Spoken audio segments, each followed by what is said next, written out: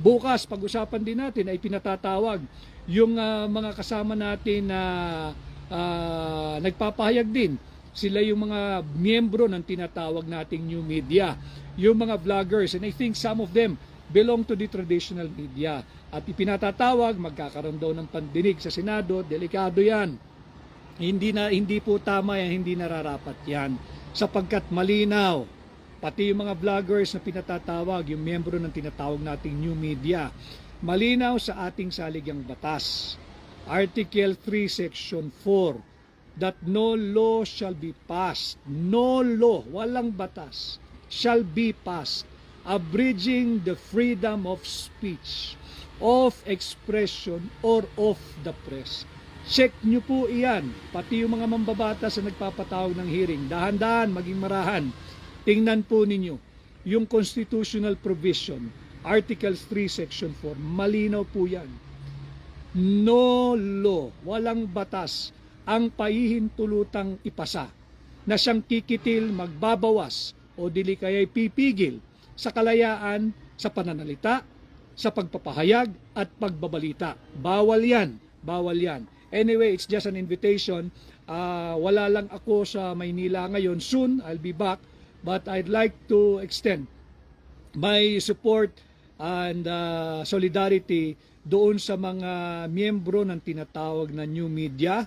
Kayo po ay protektado sa ilalim ng ating saligang batas. In fact, kahit sa Estados Unidos, kinilala na ng Office of the Press Secretary ng White House yung kahalagahan ng papel na ginagampanan ng tinatawag nating new media. At sinasabi, yung mga perceived violation daw o paano malabanan ang fake news, alam ninyo, andyan ang ating mga batas sa libelo at cyber libel. Kung sa tingin ninyo, kayo ay nalibelo o biktima kayo ng cyber libel nung mga irresponsableng miyembro ng traditional or even new media, idemanda ninyo.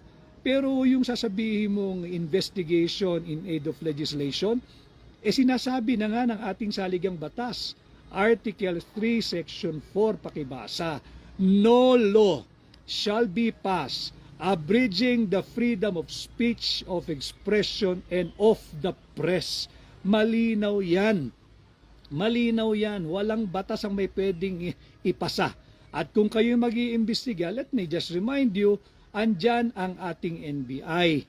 Andyan ang ating pulis. If you think biktima kayo ng isang criminal act or violation, tumungo kayo sa stasyon ng pulis. Diyan sa labas ng batasan, no? Nandyan yung stasyon ng pulis, mag-file kayo ng reklamo, paimbestigahan ninyo.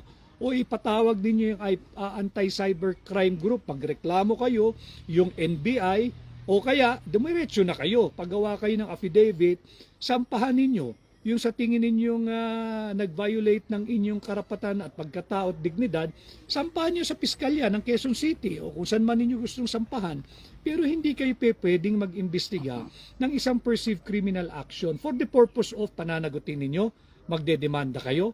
Hindi kayo pulis, hindi kayo NBI, hindi kayo piskal, at higit sa lahat, hindi kayo huwes na maaaring maghusga kung sino ang guilty at sinong hindi guilty. Karapatan ng mga miyembro ng traditional media at new media, at yan po ay kinikilala at may garansya at nakaukit sa ating saligang batas. No law shall be passed abridging the freedom of speech, of expression, or of the press. Yan po, pati yung pagkikitil o pagbabawal sa ating malayang pagtitipon-tipon at payapang pagpapahayag ng ating saloobin at damdamin laban sa mga maraming maling proseso, polisiya at panantayan ng gobyerno. Bawal po iyan.